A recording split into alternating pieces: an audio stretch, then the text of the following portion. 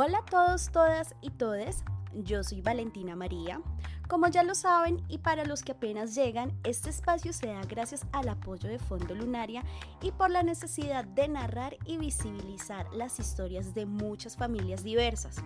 Para nuestro tercer capítulo, llamado Paternidad Trans, nos acompaña Máximo Castellanos Peña, papá de Luchi, activista por los derechos humanos, documentalista, asesor en enfoque diferencial y de género y derechos humanos y también de lenguaje incluyente.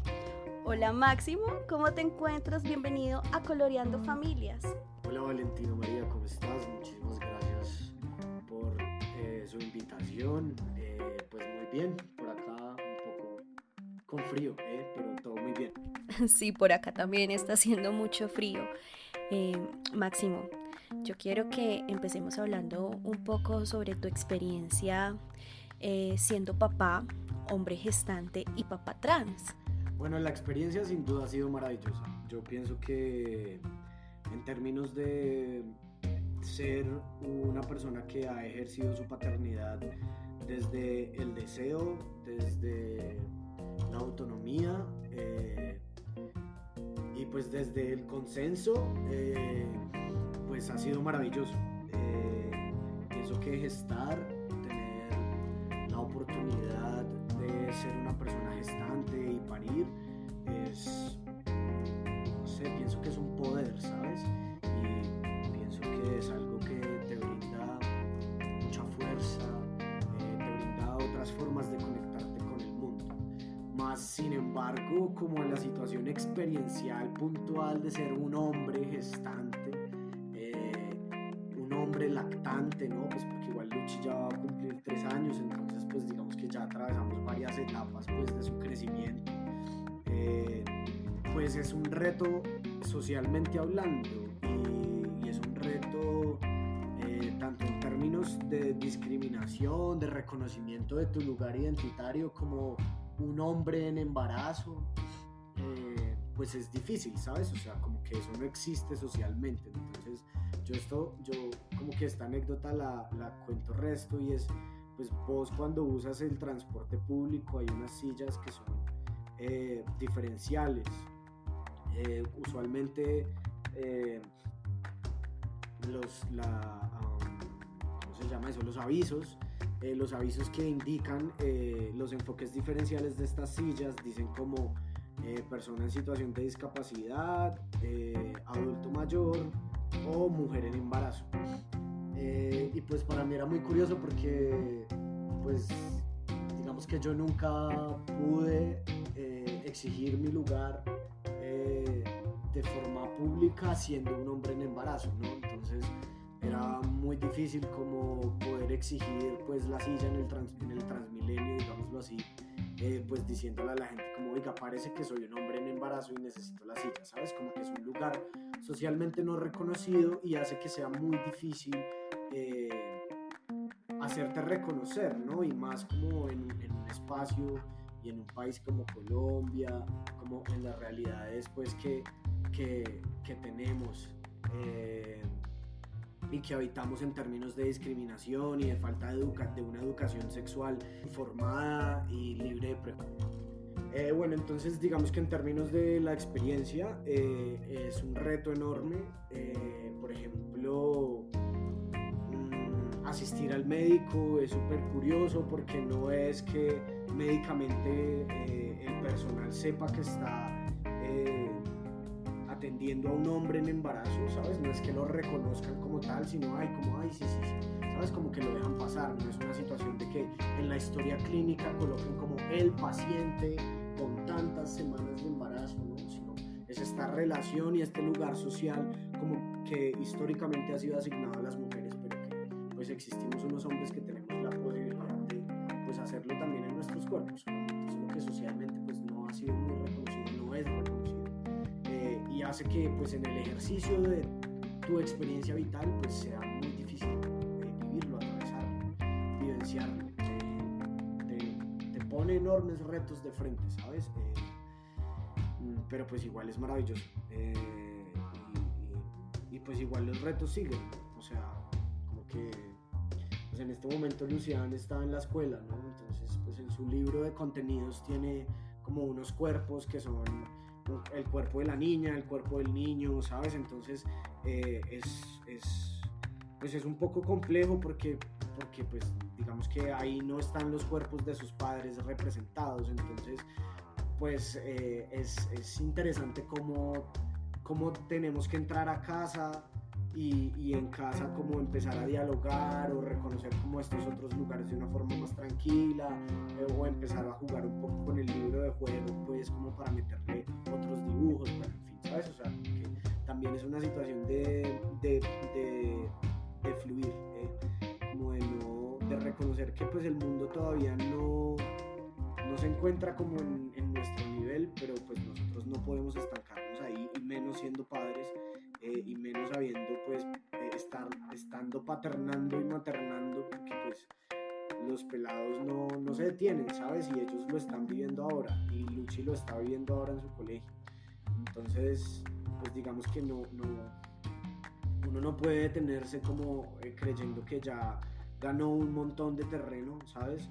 Cuando pues en realidad Luchita en este momento está recibiendo pues una educación binaria, sexista, basada en estereotipos de género, ¿sabes? Pero qué difícil es encontrar pues un colegio libre de estas situaciones y que esté pues al alcance pues, de la economía. No sé, Valentina, si te respondí la pregunta o si me fui muy lejos, pero creo que va por ahí con este tema de la experiencia de paternidad. No, perfecto, perfecto. Me gusta que me lo cuentes desde esa experiencia porque sí es una necesidad que narremos y visibilicemos todas estas realidades porque existen y es lo más importante. Yo creo que estos espacios nacen gracias a esa necesidad para visibilizar historias como la tuya y las de muchas más personas. Máximo, ¿cuáles han sido tus mayores alegrías y los retos más difíciles de superar en todo esto de paternar? Pues mi mayor alegría sin duda fue el nacimiento de Luchi, y pues todos esos triunfos, ¿sabes? O sea, es increíble verle crecer, acompañarle a crecer, desarrollarse, ¿sabes? Cómo adquiere nuevo vocabulario, cómo va ampliando su vocabulario, cómo intenta comunicarse con nosotros también, ¿sabes? Como introducirnos pues a su universo imaginado y real, desde sus ojos, desde su mirada, desde lo que comprende. Entonces pues no sé, digamos que Luchi es la mayor alegría como tal, y todo lo que trae, y pues los mayores retos también es Luchi, como te decía, o sea, como pues Luchi en el colegio, pues en un espacio binario donde recibe una educación binaria, pero pues llega a la casa y ve a su papá con pelos en las tetas, ¿sabes? O sea, como, y reconoce a su mamá, ¿sabes? O sea, como, creo que esos son los mayores retos, y son los retos que hemos enfrentado todo el tiempo, pero pues digamos, como para poner un ejemplo muy puntual, en términos de cómo los retos para nosotros y nosotras, en general las personas trans, podamos vivir y podamos existir y podamos ejercer una paternidad y una maternidad, pues tiene que ver con los derechos como tal. Entonces, por ejemplo, cuando Luchita nació, nosotros estábamos seguros de que no íbamos a tener ningún problema para poder registrarla, pues porque a partir de la adopción igualitaria, pues los registros, los documentos de registros cambiaron. Entonces nosotros no pensamos jamás que pues íbamos a tener algún problema para registrar a Lucián. De hecho, pues estábamos seguros de que no había ningún problema. Sin embargo, cuando lo intentamos no fue así. Tuvimos un montón de problemas, como que intentaron llevarnos al bienestar familiar.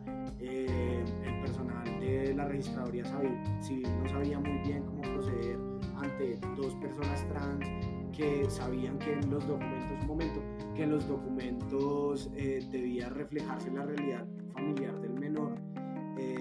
Entonces pues literal tuvimos que armarnos en jurisprudencia para poder darle un nombre, darle una identidad a Luchi, y eso fue una locura. Tuvimos que activar una ruta con el Ministerio del Interior, inclusive para sentarnos en una mesa de casos urgentes con la registraduría y con la Dirección Nacional de Registro Civil, para poder desarrollar como una especie de protocolo para que pues las personas trans pudiésemos registrar a nuestros hijos y a nuestras hijas. No, pues nada, fue una experiencia un poco loca. Como lo del registro de Luchi, fue una experiencia bastante difícil, además porque sentimos que nos mandaban a fiscalizar a nuestra familia con el bienestar familiar, pues dizque para poderle dar un nombre a Luchi, ¿no? Pero fue bastante curioso. Al final, pues como te contaba, después de tener esta mesa de casos urgentes con el Ministerio del Interior y la Dirección Nacional de Registro y la Registraduría Civil, se logró desarrollar como una especie de protocolo para hijos de personas trans, para que pudiesen pues acercarse a cualquier registraduría o cualquier notaría y poder pues darles una identidad a nuestros hijos, hijas e hijes sin discriminación, sin pues reconociendo nuestra realidad familiar y pues también reconociendo el hecho de que, pues no sé si lo sepas, pero hay un documento que expide la DIAN, que es el documento del nacido vivo. Y este documento del nacido vivo básicamente dice nombre de la madre y pues nombre de la persona que nace, ¿no? Y este es el primer documento que se utiliza como tal para iniciar todo el tema del registro y bueno, digamos que básicamente fue por ese documento por el cual tuvimos grandes problemas para registrar a Luchi, porque pues ese documento dice que yo soy la mamá, ¿sí? Entonces, pues claramente porque soy la persona que ha parido, y eso es lo que registra ese documento, ¿no? Entonces, pues nada, en algún momento se planteó intentar cambiar en ese documento como la palabra nombre de la madre, que pues dijera nombre de la persona gestante o nombre de la persona que pare, bueno, no sé, pero pues igual no se logró. Sin embargo, sí se logró, digamos, internamente que las instituciones reconocieran pues la identidad de género pues de un papá gestante y cuando se presente con este documento de nacido vivo. Y ya, creo que en eso era lo que quería profundizar. Tenía ni la menor idea que pasaban y yo creo que muchas personas no lo saben y es muy importante que visibilicemos todas estas situaciones porque son muy complejas. Así es, son bastante complejas y pues también están basadas en la discriminación, ¿sabes? O sea, como yo recuerdo que una de las cosas que nos decía la registradora nacional cuando fuimos la primera vez y pues que también nos alarmó mucho era, ella nos decía como pues si quiere yo les registro a su hija hoy, pero pues tú quedas como mamá soltera, me hablaba a mí. Yo le decía, pero es que yo ni soy mamá ni soy soltera.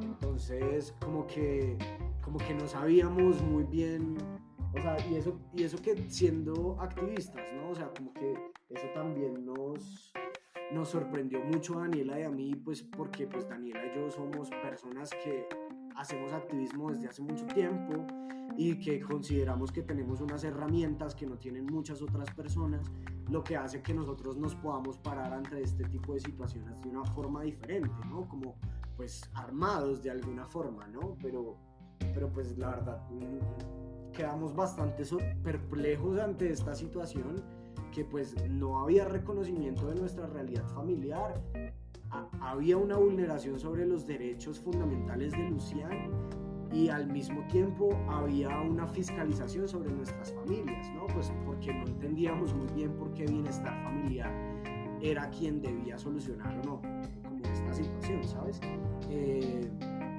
Bueno, al final supimos claramente que no era necesario, que pues nada que ver bienestar familiar, toda la vuelta, pero pues supimos otras cosas muy graves, y es que por ejemplo la gran mayoría de hombres trans, y nombro hombres trans como para hacer visible la situación que existimos hombres uterovaginales que tenemos la posibilidad de parir y gestar y lactar, digamos que lo nombro específicamente porque pues, sé, yo no soy muy amigo de estarse bajando los pantalones todo el tiempo, pero digamos que en esta situación puntual pues es muy necesario, porque pues es reconocer que en el mundo real estos hombres que como yo quedan en embarazo y paren un ser humano, no están siendo reconocidos por el Estado como papás, sino que están siendo obligados a registrarse como mamás, y a registrarse como mamás de un ser humano, cuando realmente somos papás. Pues es el lugar, desde donde nos construimos y estamos siendo socialmente. Entonces, pues eso también nos arrojó como esa situación que para nosotros es bastante grave en términos de vulneración de derechos. Gracias, Máximo. Máximo, ¿cómo crees tú que podemos, como sociedad, educarnos y reeducarnos para no seguir incurriendo en este tipo de discriminación? ¿Cuál es nuestro deber o cuál es nuestro rol como sociedad para que esto no siga pasando? Rol como sociedad es reconocer que la discriminación, ya sea como lo que es una situación social estructural, o sea una situación de falta de información, desde el lugar desde donde se mire, la discriminación genera pobreza y es una vulneración hacia los derechos fundamentales de las personas. Cuando yo discrimino tanto a una persona por ser quien es, la excluyo socialmente, y al excluirla socialmente la estoy empobreciendo. Le estoy quitando la oportunidad de pertenecer al mundo desde la educación, desde el trabajo, desde la interacción social, desde la cultura, y pues le estoy condenando prácticamente a la muerte, ¿sabes? Entonces yo pienso que si como sociedad tenemos un panorama que reconozca este contexto de la violencia por discriminación, puedo empezar a cambiar, ¿sabes? Y sin duda alguna, pues la educación, como que más allá de que hay una estructura social machista, que hay una estructura social patriarcal, que hay una estructura social una estructura social que nos dice cómo es el deber ser del hombre y cómo es el deber ser de la mujer, pues debemos reconocer que justamente para romper esta situación de discriminación y exclusión social hacia unos grupos poblacionales que no solamente somos personas trans, sino en general muchos otros grupos poblacionales, pues debemos educarnos, ¿sabes? Y recurrir a una educación libre, una educación laica, una educación informada, sin prejuicios, ¿sabes? Como yo te decía ahora antes, cuando en la primera pregunta que te estaba hablando como de Luchita en el colegio, pues para mí es impresionante ver cómo a Lucian le refuerzan el género, cómo le refuerzan que es una niña.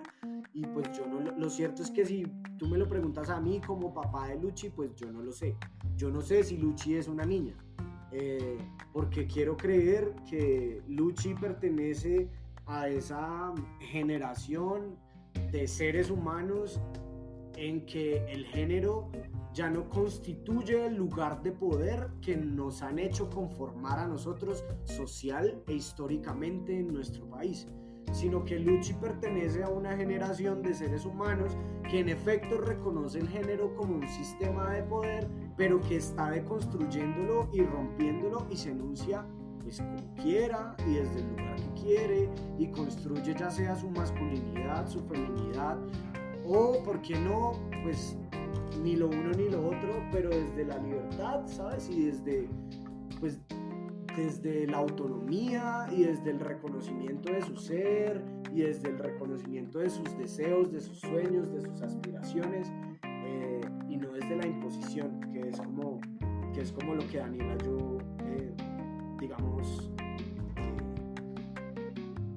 más defendemos, ¿sabes? Porque, y eso es como lo que nos tiene ahorita como tan emproblemados, y siempre nos ha tenido súper emproblemados como con Lucci, porque siempre ha sido súper chistoso, o sea, como que Lucci nació y el primer día que nació nosotros le colocamos un enterizo de oso, entonces era un enterizo gris, todo gris, ¿sabes? Y tenía como los mitoncitos blancos y como unos detallitos blancos, pero era todo gris. Y el primer comentario de la pediatra, que es la primer pediatra que atiende a Lucci, le dice como, ¿por qué no la visten de rosado si es una niña? ¿Sabes? Y después como los meses que siguen, como yendo a controles y llevándola al médico y toda la vuelta, ver a estos otros personas que paternan y maternan al mismo tiempo que nosotros, que van al médico, pero pues vos sabes entre comillas que es un niño, o vos sabes entre comillas que es una niña, pues porque la pañalera, la cobija, la ropa tienen unos códigos de color que así te lo indican, ¿sabes? Entonces como que para nosotros siempre eso ha sido supremamente problemático y difícil, porque nos parece totalmente violento, nos parece errático también, nos parece que está mal. Entonces creo que por eso me parece tan importante insistir dentro de la educación, ¿sabes? Porque yo pienso que es la única forma en la cual nosotros vamos a construir generaciones más felices, más tranquilas, más libres, que no van a ver en el género y como tal en el sistema social de poder que es el género, pues un yugo, ¿sabes? Una cadena, algo que les amarre, sino por el contrario, como algo que les permita hacer y que les permita liberarse, ¿sabes? Y eso solamente se logra, pues, estando informados desde muy pequeños, ¿sabes? Teniendo una educación sexual libre e informada. Yo sé que eso en términos sociales para Colombia va a ser muy difícil, porque como también pasó en México cuando empezaron con este tema de la educación sexual en niños y niñas, lo primero que sucedió fue que se dispararon las alarmas de abuso sexual en niños y niñas, y no era porque se hubieran disparado los abusos, sino porque se le dieron a los niños y a las niñas herramientas para reconocer su cuerpo y cuando su cuerpo estaba siendo violentado, ¿no? Entonces, por eso es como tan importante, ¿no? Porque realmente es una situación que parte desde el reconocimiento del propio cuerpo, y pues eso honestamente nos cambiaría a todos y a todas, o sea, a todos, no solamente a las personas trans, sino a las personas cis, pues porque nos permitiría construirnos como hombres o como mujeres o como ninguna de las dos, pero un poco más tranquilos, más informados, ¿sabes? Con una pista más grande de vuelo. Sí, me parece, no sé. Sí, acá tocamos puntos muy importantes. Creo que uno de ellos es que es esta generación de niñas y niños y niñas están mucho más adelantados que todos nosotros. Yo creo que va a ser una generación, o es una generación que se está empezando a construir o se está empezando a educar en la diferencia y en la diversidad, y yo creo que es fenomenal. Yo creo que es muy lindo, y es muy lindo y muy deconstructivo que esta generación se permita eso.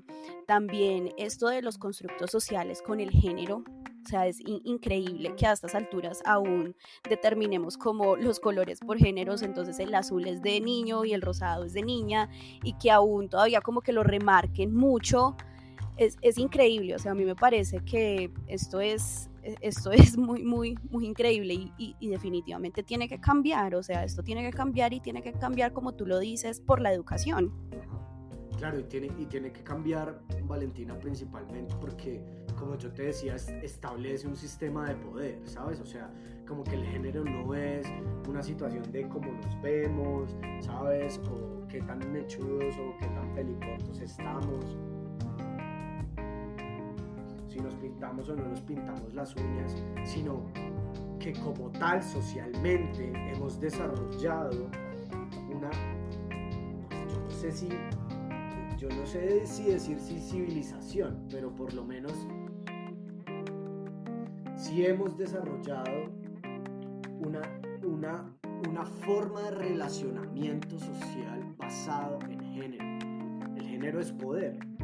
a tal punto de que lo que socialmente se considera menos poderoso se le califica como femenino, en el sentido de que se le adjudican calificativos que se asocian hacia lo femenino, ¿no? Lo delicado, lo cuidadoso, lo débil, ¿sí? Y eso se aplica no solamente hacia las mujeres, sino por ejemplo hacia las infancias o hacia las culturas minoritarias, ¿no? Entonces, hacia las culturas afro, hacia las culturas originarias como los pueblos indígenas, bueno, hacia las minorías sexuales también, ¿sabes? O sea, hacia el campesinado.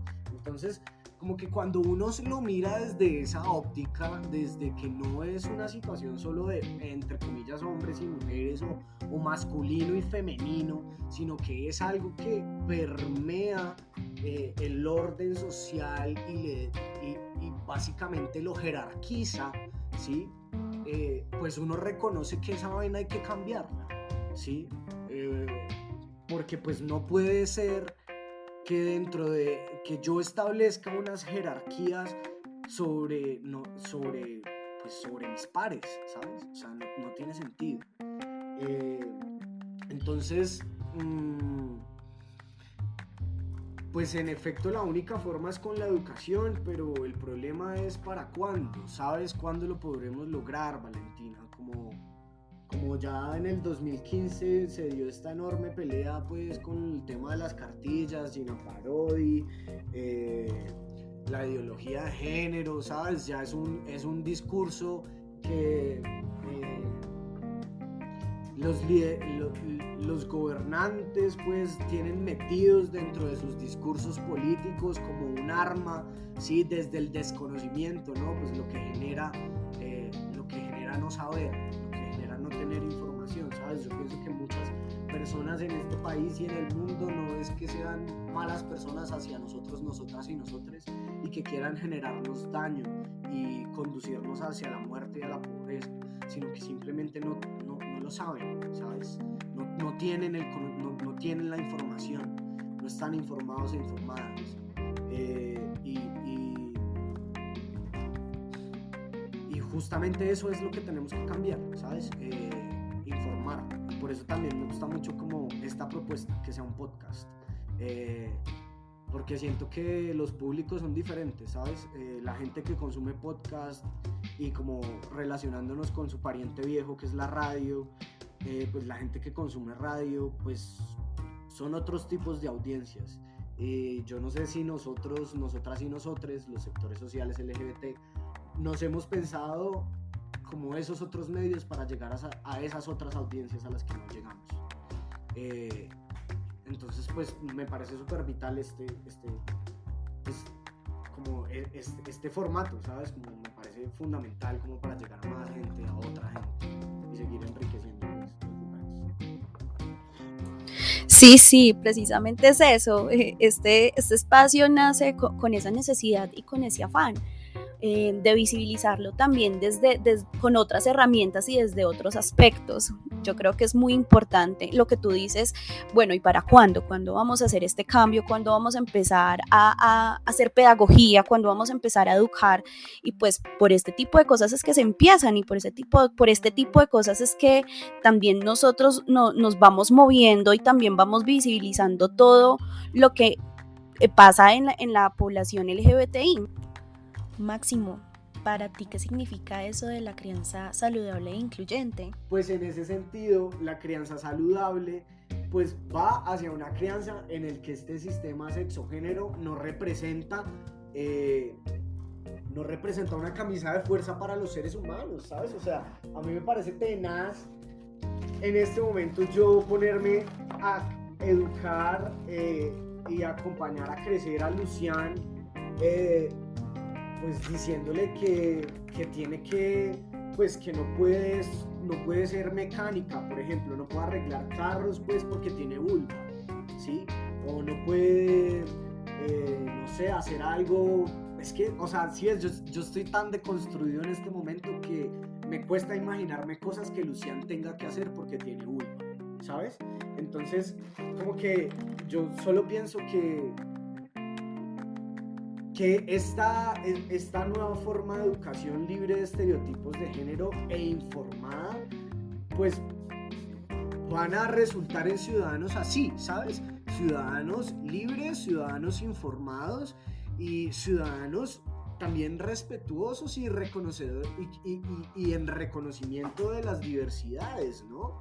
O sea, yo crecí hasta mis 18 años sin saber que las personas como yo existíamos, ¿sí? Y habiendo tenido un antecedente en la televisión como Endry Cardeño con su personaje Laisa Reyes, porque pues si bien es la representación de una mujer trans, es la primer posibilidad de preguntarse si eso puede existir, ¿sabes? O sea, y la televisión y los medios como, pues, y es como lo que yo estudié, como representación de la realidad. Entonces, si en esta representación de la realidad, pues no estamos, no existimos, es la pregunta, ¿sabes? Entonces, como que yo no supe de mi existencia hasta, no sé, mis 20 años prácticamente, ¿sabes? Y eso mina la vida de cualquier persona, en muchos sentidos, en muchos aspectos, ¿sabes? Porque pues, es una persona que pues, no se ve, no se reconoce en el mundo. Y por eso es determinante la educación, ¿sabes? Porque no podemos seguir dándole a la televisión o a los medios pues lo que es la vida. Yo no puedo seguir esperando a que una persona trans cumpla los 18 años para que pueda ser, porque pues lo cierto es que muchas personas trans no llegan a los 18 años, ¿sabes? Porque la vida les golpea tan duro y todavía no tienen tantas herramientas que no sobreviven. Y porque es injusto, porque también existen las infancias trans.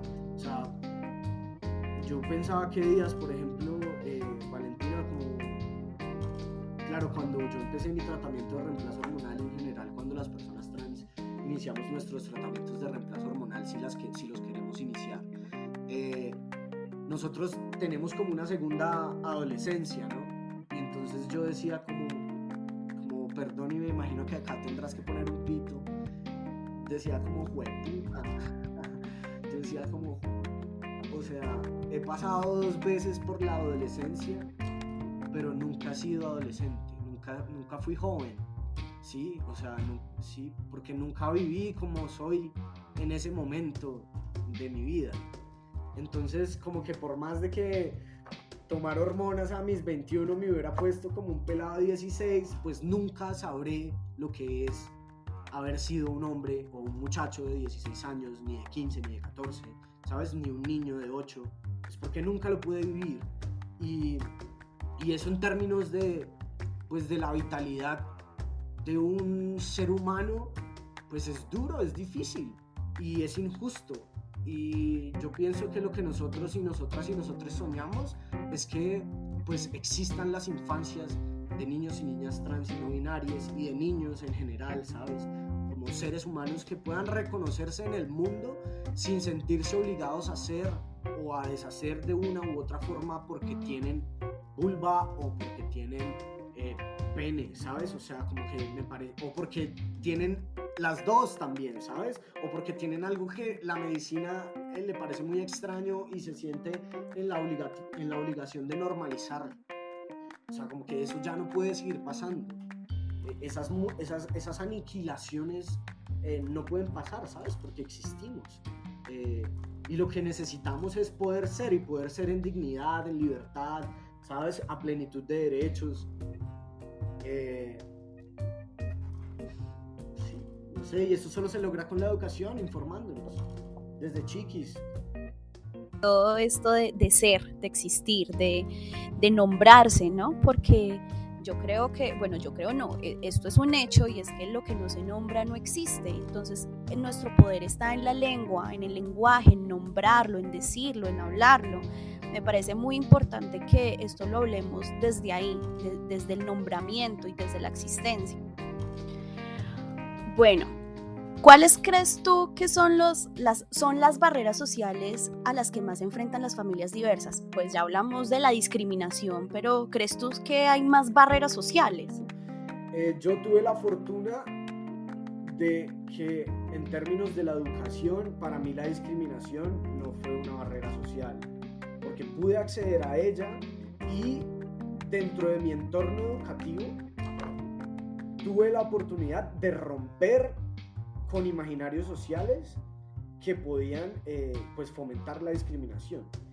Claramente, pues habrán personas dentro de, pues, que vivieron socialmente mi tránsito, compañeros y compañeras, que pues perfectamente pueden no estar de acuerdo conmigo, ¿sabes? Ser antiderechos, tal, toda la vuelta.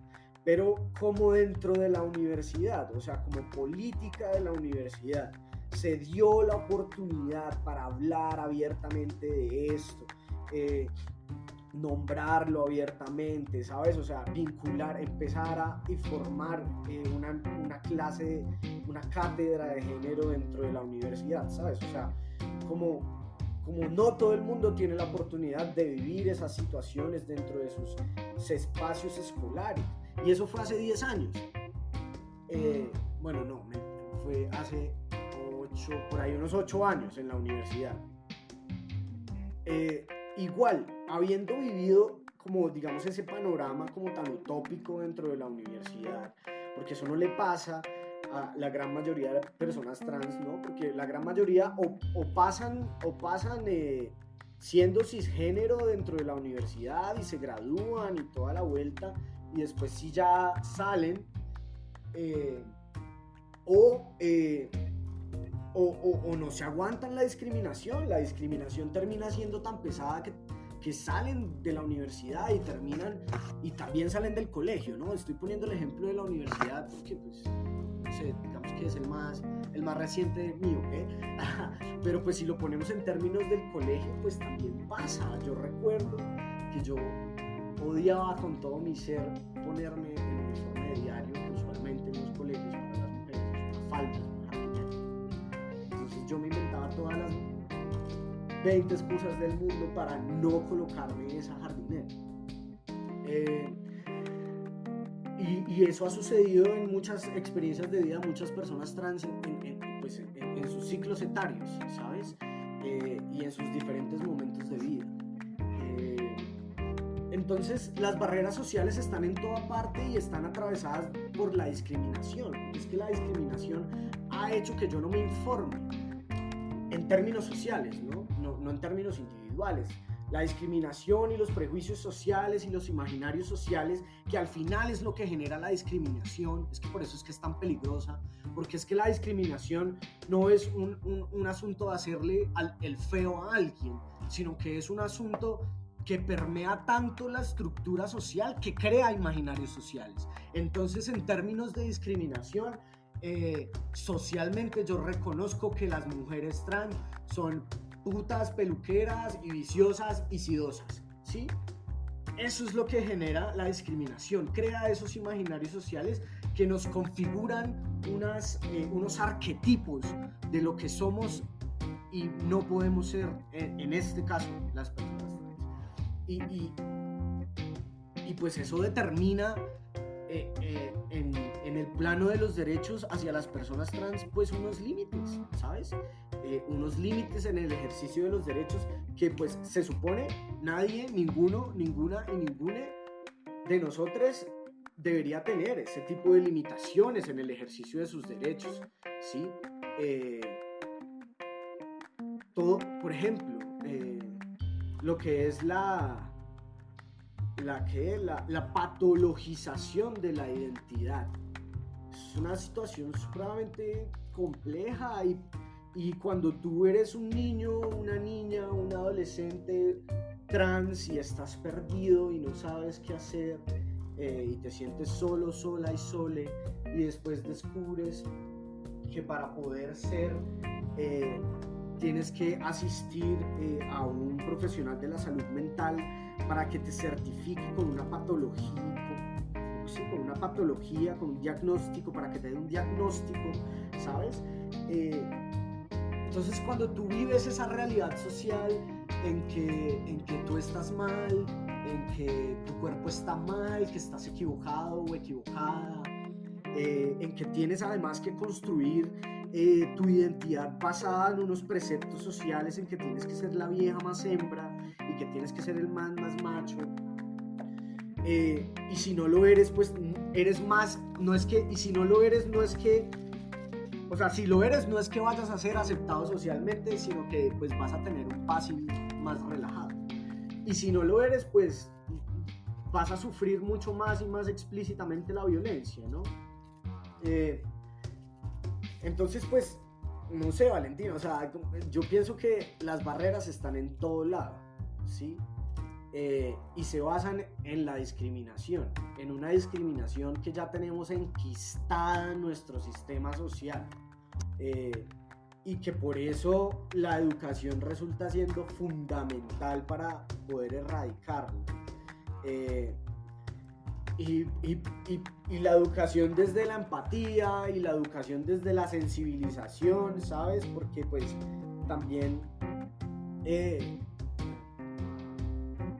pues hay una vaina muy cierta, y es que la educación no va solamente en el sentido de tener una educación sexual informada, libre, laica, sino una educación en general, ¿no? O sea, en general. Digna para todas las personas en este país, ¿no? O sea, como que esta vaina es muy grande, yo lo sé, pero realmente apunta hacia eso. O sea, como que listo, yo entiendo que, por ejemplo, puede ser complejo recibir, o ha sido muy complejo recibir, pues, educación en estos años históricamente, pero porque muchas personas sí tienen una sensibilidad distinta hacia esto, ¿sabes? Y es porque de alguna forma sí han podido acceder a cosas que los han hecho tocarse con el mundo, ¿sí? Ya sea leer, ya sea ver pelis, ya sea educarse en la experiencia del mundo, ¿sabes? O sea, no sé si me estoy haciendo entender o me estoy enredando mucho. Ok, perfecto. Bueno, entonces sí, sí, las barreras están en todo lado, y yo pienso que nacen de ahí. Y pienso que las acciones para lograr romper la discriminación dentro de nuestros sistemas estructurales, pues son difíciles de hacer, además porque empiezan por uno mismo, porque pues inevitablemente cuando uno quiere ser un hombre o una mujer más feliz, o un ser humano más feliz, y se pregunta por esos amarres sociales que uno tiene encima, esos poderes que se ejercen sobre el cuerpo y al final te hacen ser una persona infeliz, ¿sí? Pues esos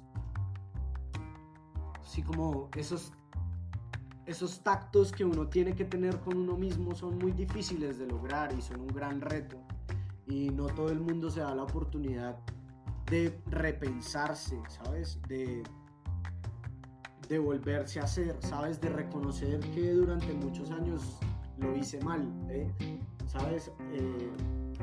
Y no lo hice mal como desde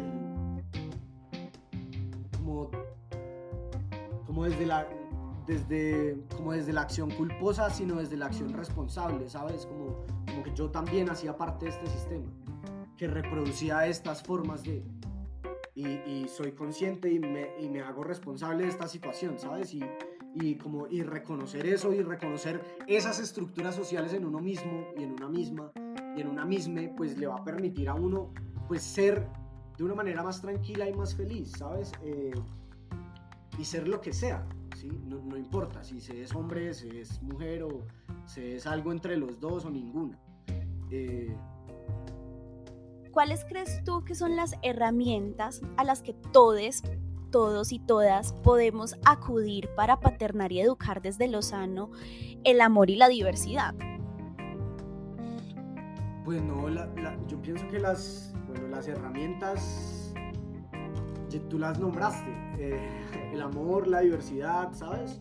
Yo pienso que paternar y maternar desde el amor, desde la diversidad, desde el reconocimiento del ser, pues es súper importante. O sea, como no creas que cuando Daniela y yo nos enfrentamos ante Luciana, además que tiene un carácter, pues es un ser humano súper determinante, fuerte, ¿sabes? Y para nosotros también enfrentarnos ante ella y como ante sus decisiones y ante cosas, pues es complejo, ¿no? Y muchas veces uno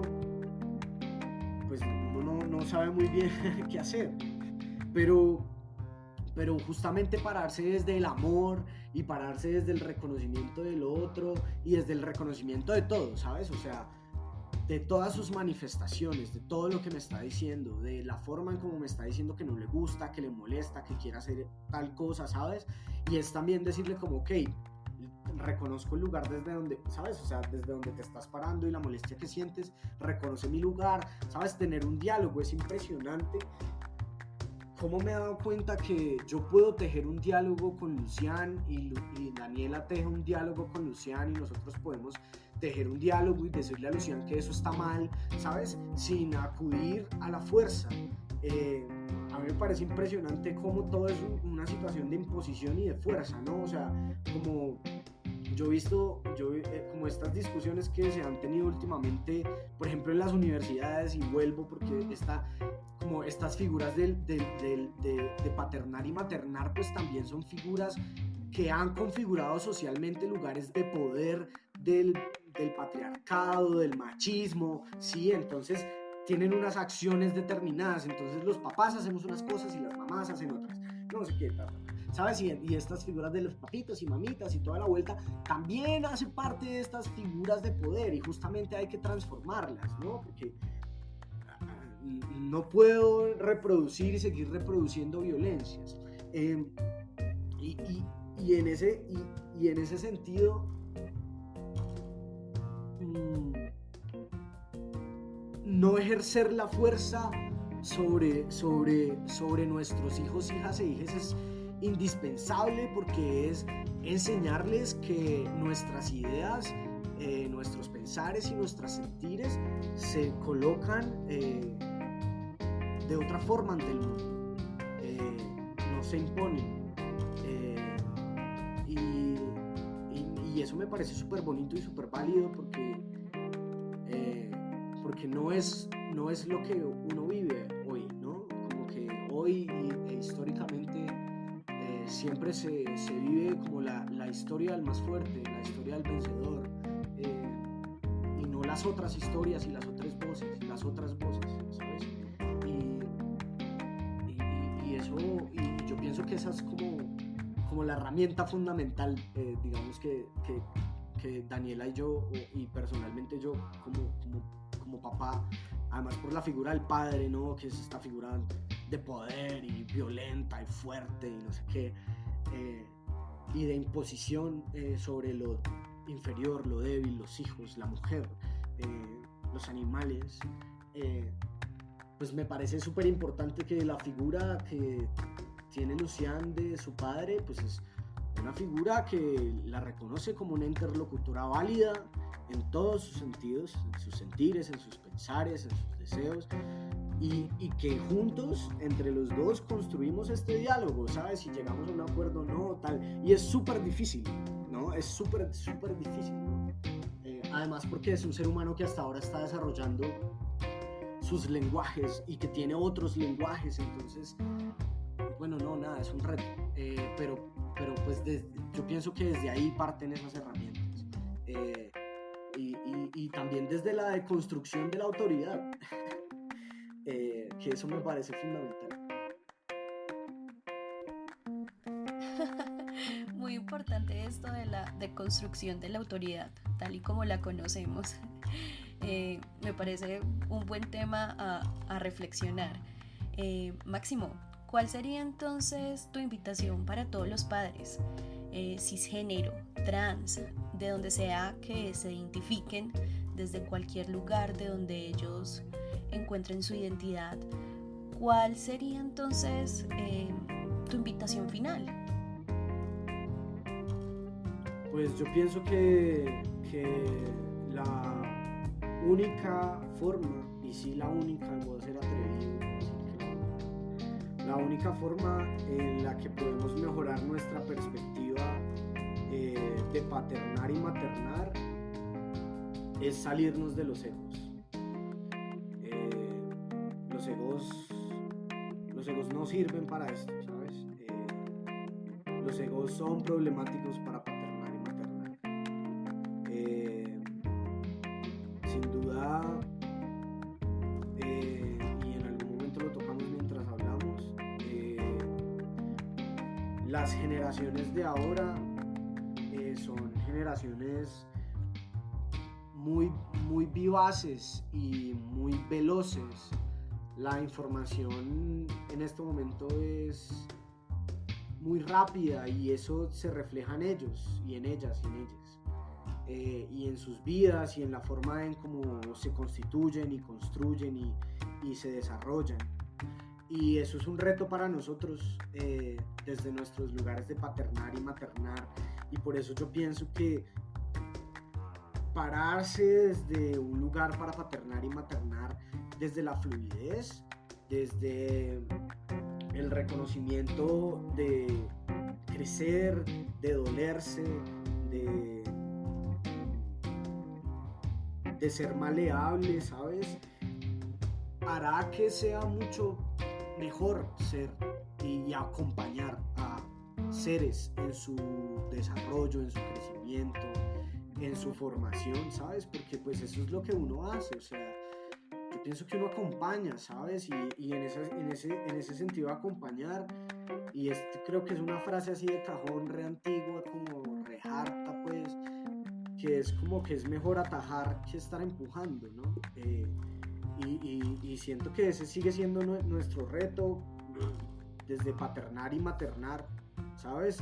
Atajar y atajar con unas grandes carreteras, o sea, de verdad, darles unas enormes pistas, tanto de despegue como de aterrizaje. Yo pienso que es re importante, ¿sabes?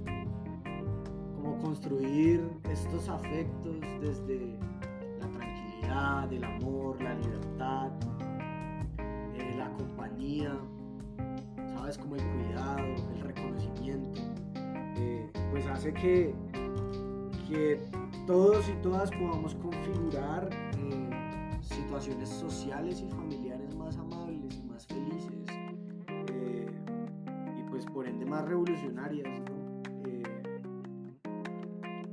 Y creo que eso sería todo. Revolucionarios, me encanta esa palabra. Máximo, muchísimas gracias por acompañarme en este episodio. Este es un episodio sumamente importante para todos nosotros y yo sé que también va a ser muy importante para todas las personas que nos escuchen. No me queda más que agradecerte por permitirme este espacio contigo. Bueno, y también muchísimas gracias a todos los oyentes, a todas las personas que se conectan con nosotros para escuchar estos episodios. Como ya lo saben, mi nombre es Valentina María y esto es Coloreando Familia. No, Valentina María, pues a ti muchas gracias, y pues a toda la colectiva allá, pues muchas gracias.